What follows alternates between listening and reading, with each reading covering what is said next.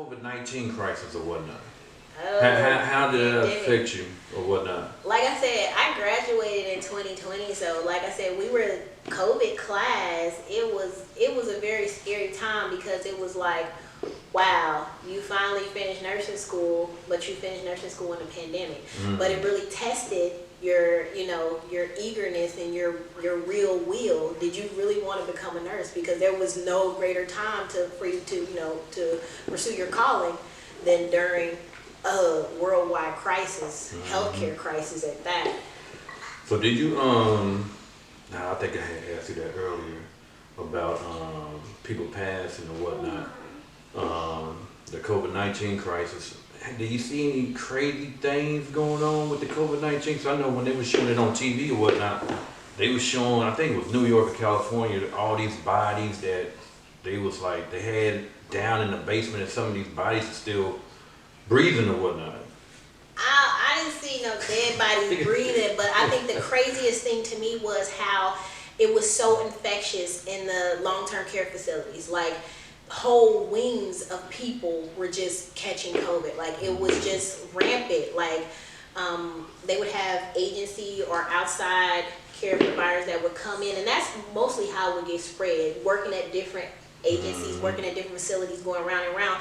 But it was just amazing to me how it affected that population so vastly. And then you would go in and you made a lot of good money.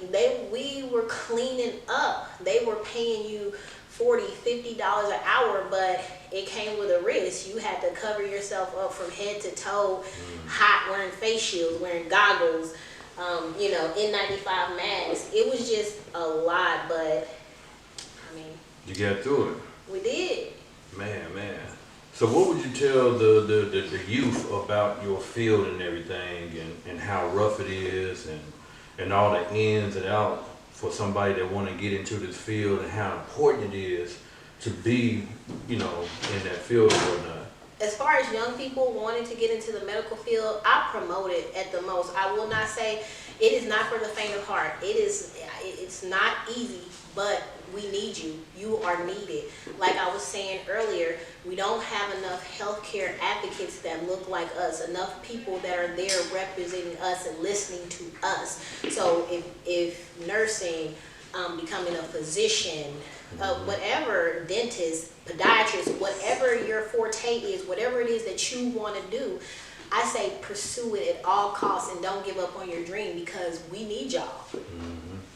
So what about getting I ain't trying to be racist or not, but get a black doctor or get a black physician or whatnot.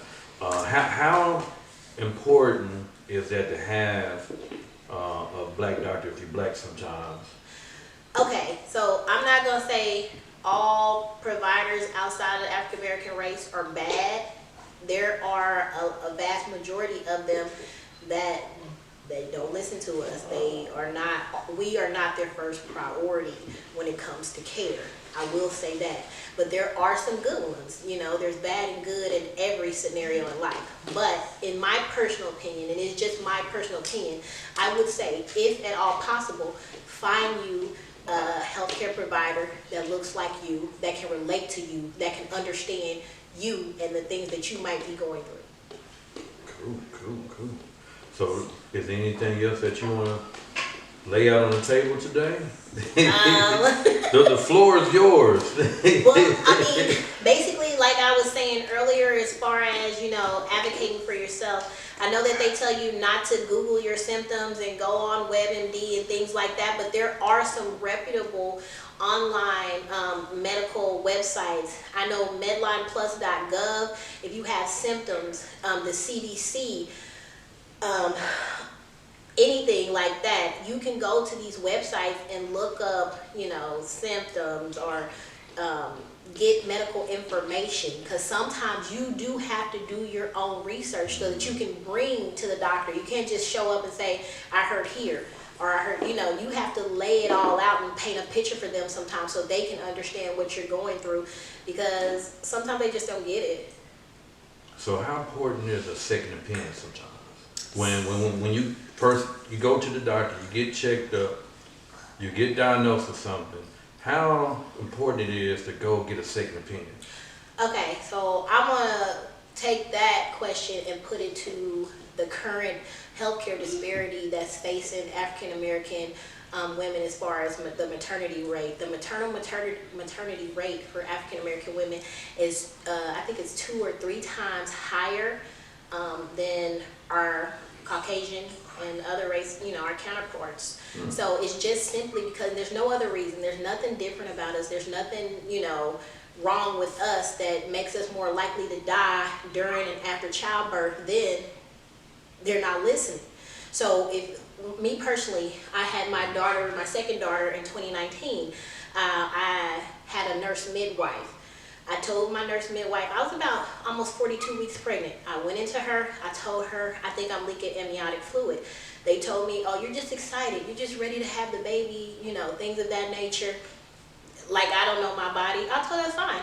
When I went into labor, she went to break my water, air. I had to have a dry birth because she didn't listen to me. So she misdiagnosed you at first because she didn't want to actually do her damn job. They told, like I said, they downplayed me knowing my body, knowing something wasn't right, knowing that I was leaking, but they just, tried to, pawn it off on me being overly excited to have the baby, me being ready to just be over with the pregnancy, when in all actuality, there was something wrong. And then even when she broke my water and saw that there was no fluid, there was no apology, there was no, because, and that's another thing. Once they mess you up, there's so much malpractice going on out here. When they mess you up and do things, and this personally, they're going to backtrack. With Tink's situation, that when they mess you up, they're not going to say, oh, I'm sorry. They're not going to admit to it because they don't want to be sued. You know what I'm saying? They can't admit to their wrong. So that's why it's important for you to seek that second opinion if you don't feel right. Exactly. And to piggyback off what you said, because I remember talking to the doctors after the surgery, and he was telling me all the things that could happen with Chinky after the surgery. He never mentioned what's happening right now.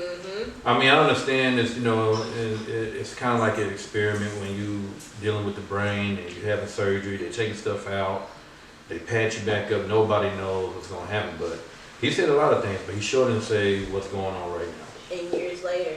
And then you wonder, has the statute of limitation on that even run out, Yeah, because it's been about, 9-10 years now.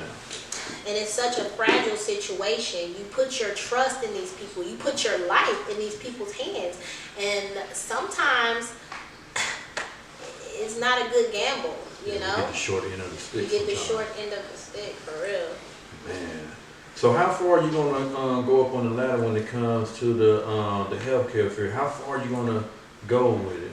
It is my ultimate dream, and my ultimate goal to become a nurse practitioner. She can come over here. Oh, okay. That's all good. You want to come in the shot? This is my youngest daughter, Emery. Say hi, Emery. So my ultimate goal is to become a nurse practitioner. That is my master's. That would be my master's. I'm currently right now working on my bachelor's, and so I'm just trying to go as far as I can. Well, doctorate would be as far as you can, but I feel like I would feel comfortable in being a nurse practitioner, provider, or physician assistant. However that works. Well, sure. You're doing a good job. Keep doing what you're doing. I'm proud of you. Proud of you and your family or whatnot. You're doing a good job.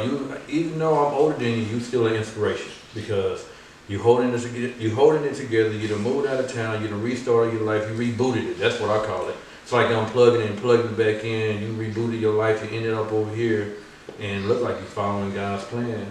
Well, I honestly have to say that this was not my plan. It definitely is God's plan, and I cannot take a lot of credit for it. The only credit I can take is I can only take credit for the fact that I persist. I continue to grind. I continue to get up every morning with the plan that we're going to go to the next goal. And that's what I would say for anybody. As long as you breathe air, as long as you're alive, always be striving to get to that next goal, because that's the most important thing. And that's really the only thing that I can really say that I've done. Just God has laid out the path for me, and all I do is walk.